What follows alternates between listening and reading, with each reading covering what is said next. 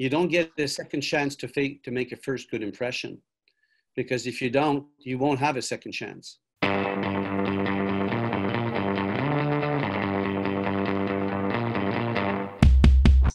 Welcome back, all my friends. Great to have you again, and it's really delightful to have Denis Champagne with me. G'day, Denis. Hey, how are you, John? I'm absolutely wonderful. All the better to have your smiling face on the screen here in front of me. Hey, we're going to do a series of discussions, and I'll publish them all separately. So, 3 to 5 minute discussions. But I really wanted, first of all, you're the man with the power of the voice, or the voices. What do you call it? The power of the voices, yes, our inner voice and our outer voice. And how do you apply that in a sales world is what I'm really interested in. So let's go in. First of all, an earlier discussion you and I had, we talked about the importance of opening. So much emphasis in sales is put on how to get to the close and close the customer. And the real important is, as Anthony Iannarino and others say, opening is the new closing. And I'd like to get your views on that, and we'll start introducing the voice into the discussion. You don't get a second chance to make a first good impression, because if you don't, you won't have a second chance. So especially in the C-suite, C-suite people are very busy. They are accountable to a lot of issues. If you can engage them very quickly with gravitas and seriousness and relevance, they will allow you. But that is when they listen to you, not when they read your SMS, but when they finally get a chance to see your face or hear your voice, they will then understand that you are a leader by the tone, by the calmness, by the maturity in the way you address yourself. I totally agree with the first impressions, and it's really interesting. We talk a lot about all the different things we need to do in first impressions to be well poised, well positioned, to have a smile on your face, to shake hands firmly, all those sorts of things. And we do normally mention the voice, but I think you're bringing a lot more depth to it. When you talk about this subject, it really makes me think back to people I've respected in the past, and when I've seen them, they come with confidence. Their voice is so full, and the tone is so wonderful, and deep or engaging, that they just grab attention. Indeed. And it's a voice that does it all. Yes, that's why the programs with singers all over the world, the voice is so popular, because when we hear either opera or a child crying or a friend laughing, it's so contagious. These are all vibrations, and that's one part of frequency in people. They resonate. That's why music is so powerful. We have the most beautiful music, and it's coming out from our voice. And to hear someone say to you, I care for you, I'm sorry, I love you.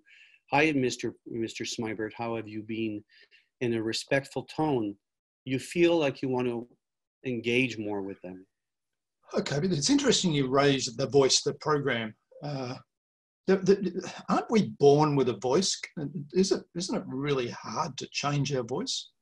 No, it actually isn't. It is a muscle. There are various components physiologically, but a lot of times is your physical posture. So most of our SDRs, BDRs, salespeople, they lean forward a lot physically when they're making calls in their offices, and that creates constriction in their whole thorax. And I teach them to sit back and put their feet up as though they're executives with their both feet up. And when they lie back down, their voice completely changes. I better do this right now, eh? Without crossing your arms. No crossing arms, right. It's a really interesting subject. Now let's get back to opening. So you're really saying the importance is from that very first second. It's the telephone, right? The telephone is where you really typically have the first engagement. That's right.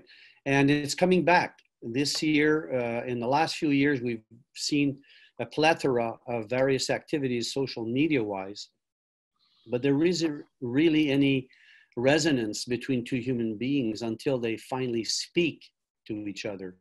And that's when the start of a good relationship begins, or a bad one for that matter. And that's where you're responsible with those seconds at the beginning. And in my pillar of coaching, I use the person's name often in the first 10 seconds, just to, not to manipulate, but to connect, make sure they're actually paying attention to my voice, calming. I'm sure you've received phone calls from either emergency situations or positive good news from your wife or your friends. And as soon as you heard the voice, you knew something was up. Or something's wrong, one or the other. My father, when I called my doctor, my father's doctor called me and said, you know, he's at stage 4, you need to come in. I could tell by the voice, after speaking him so many years, I could tell, I don't want to be morbid about it. I'm very grateful for the life my father had, but that I knew right away. I had to make my way into the hospital to see him in his last moments. So same thing with a baby, or something happened that's positive, and there's nervousness in your wife or your friends, you can tell. Okay, so that's a good opening discussion, and I understand the importance and it's the voice and how do we project it and so on. But let's come back and talk again in a while about how we actually effectively use the voice when we do open in a sale, excuse me, in a sales environment. So can we close there? And the point I'm getting is the voice is much more important than sometimes we give it credit for when we help people develop their sales skills and their approach skills and so on. I'd just like to learn more about how we do that. So let's get together again soon. Sure, absolutely. It'll be a pleasure, John. Over to everybody. Look forward to the next time we talk to Denis Champagne. Have a great day.